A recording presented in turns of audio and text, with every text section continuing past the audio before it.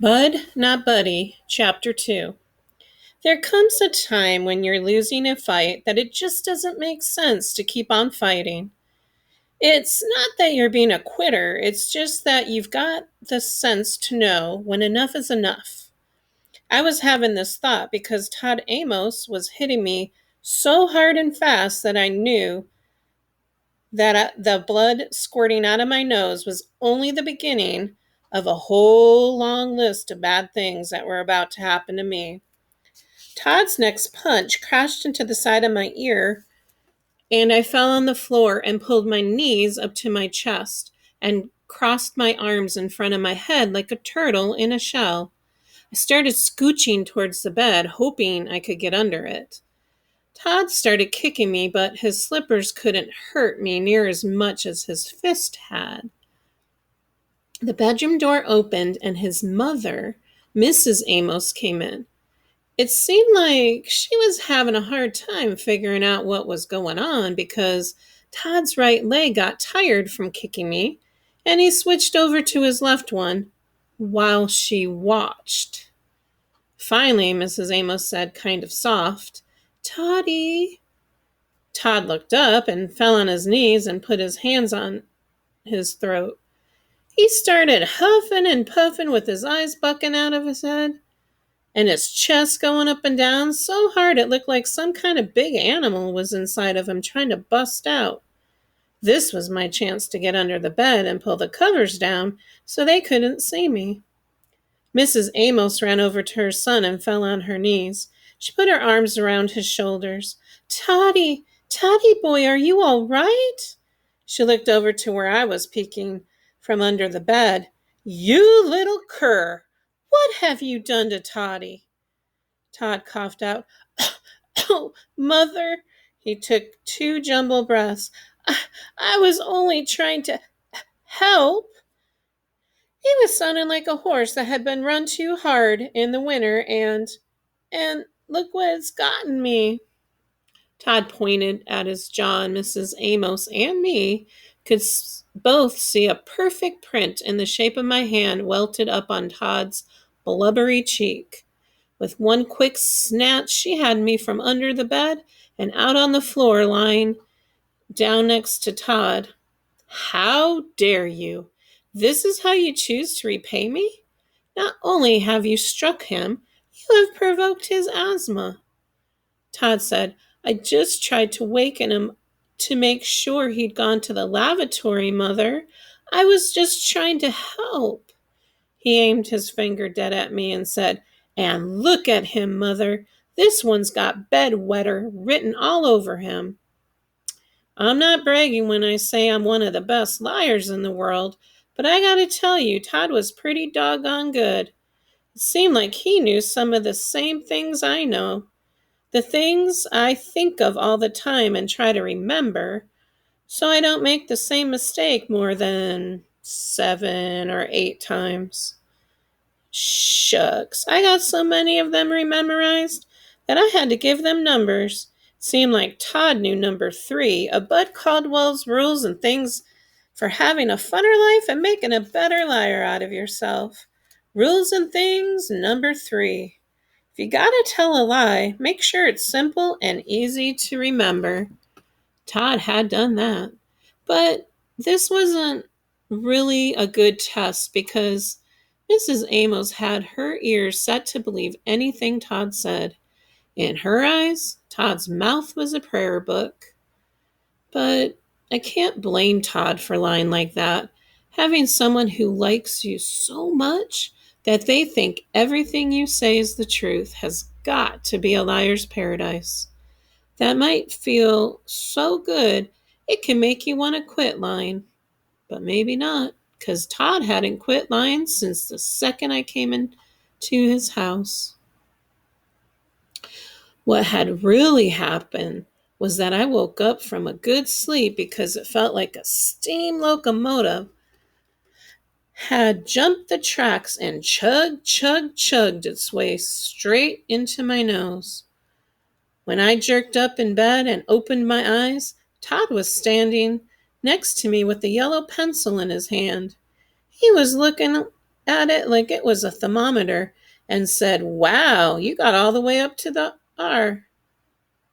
He turned the pencil towards me and crunched up against the headboard. I saw Ticonderoga printed on the yellow wood.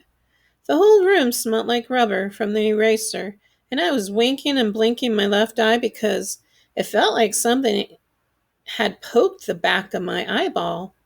Todd laughed.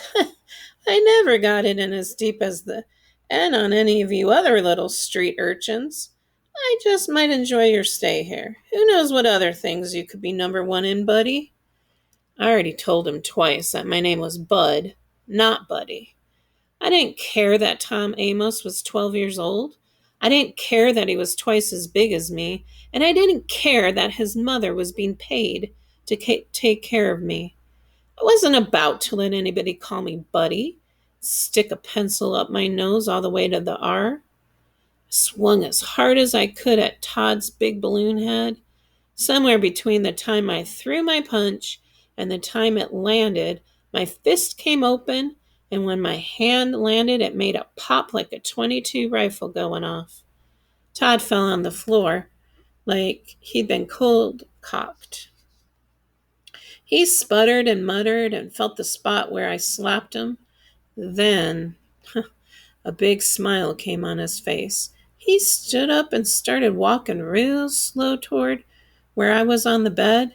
He untied his robe and dropped it on the floor like he was getting ready to do some hard work. I jumped to the floor and got my fists up. Todd might have been a lot bigger than me, but he'd better be ready. This wasn't going to be a bird's nest sitting on the ground for him. He could kiss my wrist if he thought I was going to let him whip me without a good fight. Being brave was kind of stupid. Even though Todd was a puffy, rich old mama's boy who wore a robe and slippers, he could hit like a mule, and it wasn't too long before I decided enough was enough. But the story that Mrs. Amos was hearing from her lying son was that Todd had tried to wake me up so I could go to the bathroom. Mrs. Amos hated bedwetters more than anything in the world, and my bed had a sticky, hot, smelly rubber baby sheet on it. She said it wasn't anything personal, and after I had proved myself for 2 or 3 months, I could get a proper cloth sheet. But until then, she had to protect her mattress. She pulled Todd to his feet and led him to the door. She looked over at me. You are a beastly little brute, and I will not tolerate even one night with you under my roof. Who knows what you'd be capable of while we slept? The door shut behind them, and I heard a key jiggle in the lock. I plugged the right side of my nose and tried real hard to blow the smell of rubber out of the left side. The key jiggled in the lock again. This time, when the door opened, Mr. Amos was standing with Mrs. Amos. He was carrying my suitcase. Uh-oh, they looked inside. I could tell because the twine that held it together was tied in a kind of knot that I didn't know. This was wrong. They promised they'd keep it safe and not look in it. They laughed at me when I made them promise, but they did promise. Boy, Mrs. Amos said, I'm not the least bit surprised at your show of ingratitude. Lord knows I've been stung by my own people before. But take a good look at me because I'm one person who is totally fed up with you and your ilk. I do not have the time to put up with the foolishness of those members of our race who do not want to be uplifted. In the morning, I'll be getting in touch with the home, and much as a bad penny, you shall be returning to them. I'm a woman of my word, though, and you shall not spend one night in my house. She looked at her husband. Mr. Amos will show you to the shed tonight, and you can come back in tomorrow for breakfast before you go. I do hope your conscience plagues you, because you may have ruined things for many others. I do not know if I shall ever be able to help another child in need.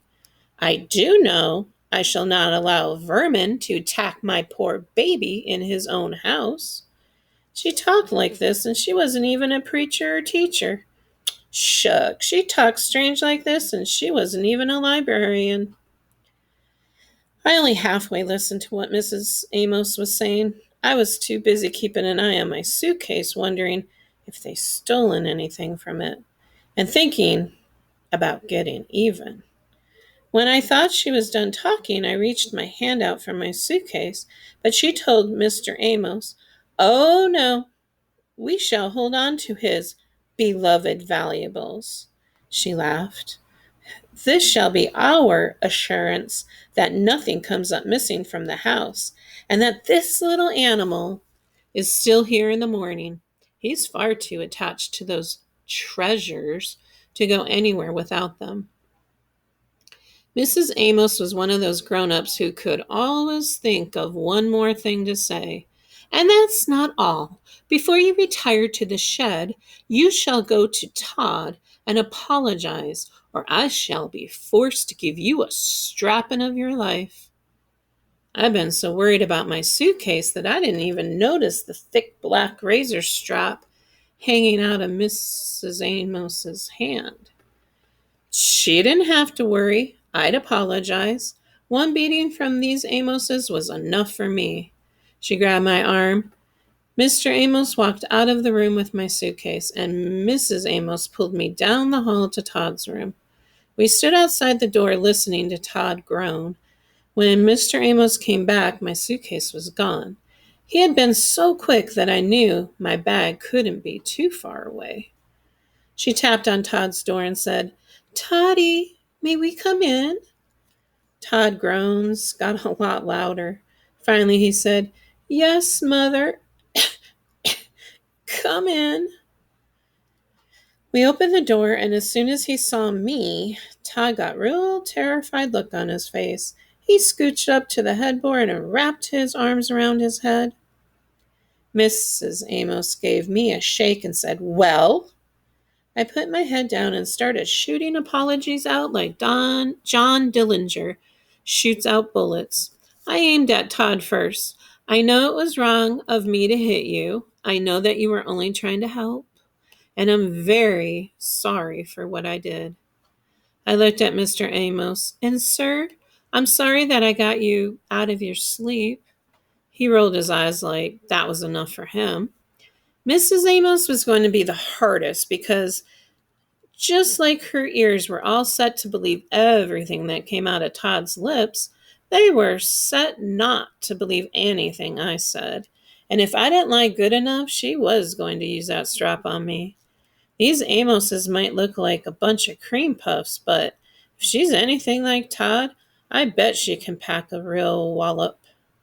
"And Mrs. Amos, I'm so grateful for all of your help, and I'm really, really sorry." I looked up and could see she needed more. "If you give me another chance, I promise I'll do a whole lot better. Please don't call the home. Please don't send me back." Shucks, going back to the home was just what I wanted to do.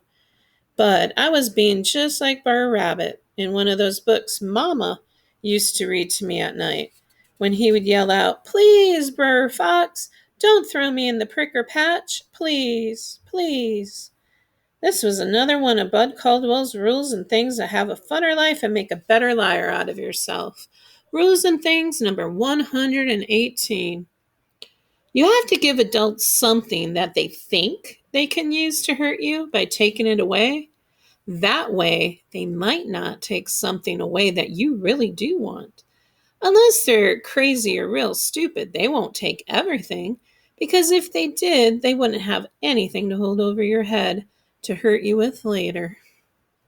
I stopped talking and gave Mrs. Amos a chance to jump right in. She held her hand up in my face and said, "Enough. Mr. Amos, give him the blanket and pillow off the bed he was in and put him in the shed." Todd said, "Yeah, buddy.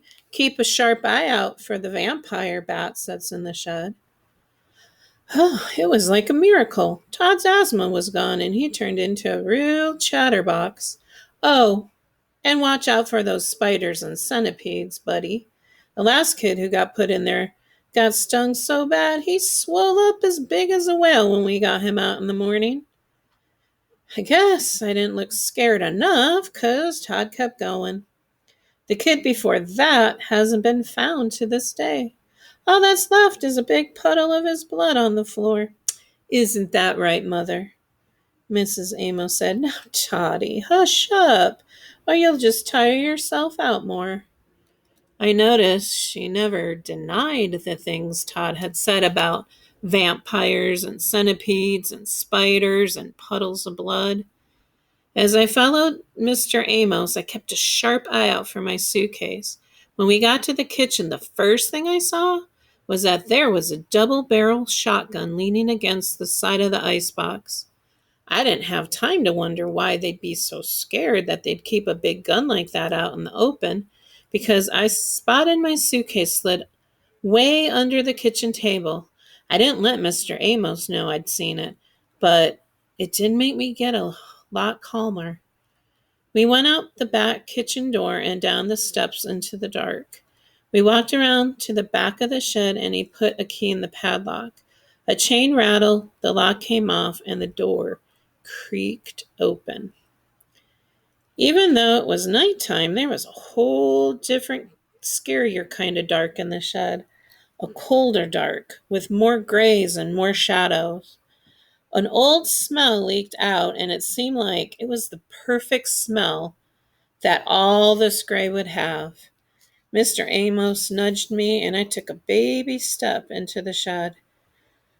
He could kiss my wrist if he thought I was going to beg him and say things like, I'll do anything you folks ask me if you don't lock me up in here all alone. I squeezed my tongue between my teeth to hold it still, 'cause I know a lot of times your brain might want to be brave, but your mouth might let some real chicken sounding stuff fall out of it. I stood a little bit inside and looked around. Right under the window was a pile of stacked wood. There was a bunch of dusty spider webs in front of the little window, and someone had pasted old yellow newspapers over the glass so the kids who got locked in here couldn't peek out. Mr. Amos handed me the blanketed pillow and gave me another nudge. I took 2 more baby steps in. I looked down at the floor. If I was like a normal kid, I would have bust out crying, but I just stood there, breathing hard. It was a good thing I bit my tongue, because I came real close to saying those stupid begging words to Mr. Amos. Right in the middle of the floor, there was a big black stain in the dirt. They're really going to make me sleep in a shed with a patch of blood from that kid who disappeared out of here a couple weeks ago. The floor went completely black when Mr. Amos pulled the door shut. I couldn't see it now, but I memorized the exact shape the stain was in. The padlock snapped shut with the loudest click I ever heard.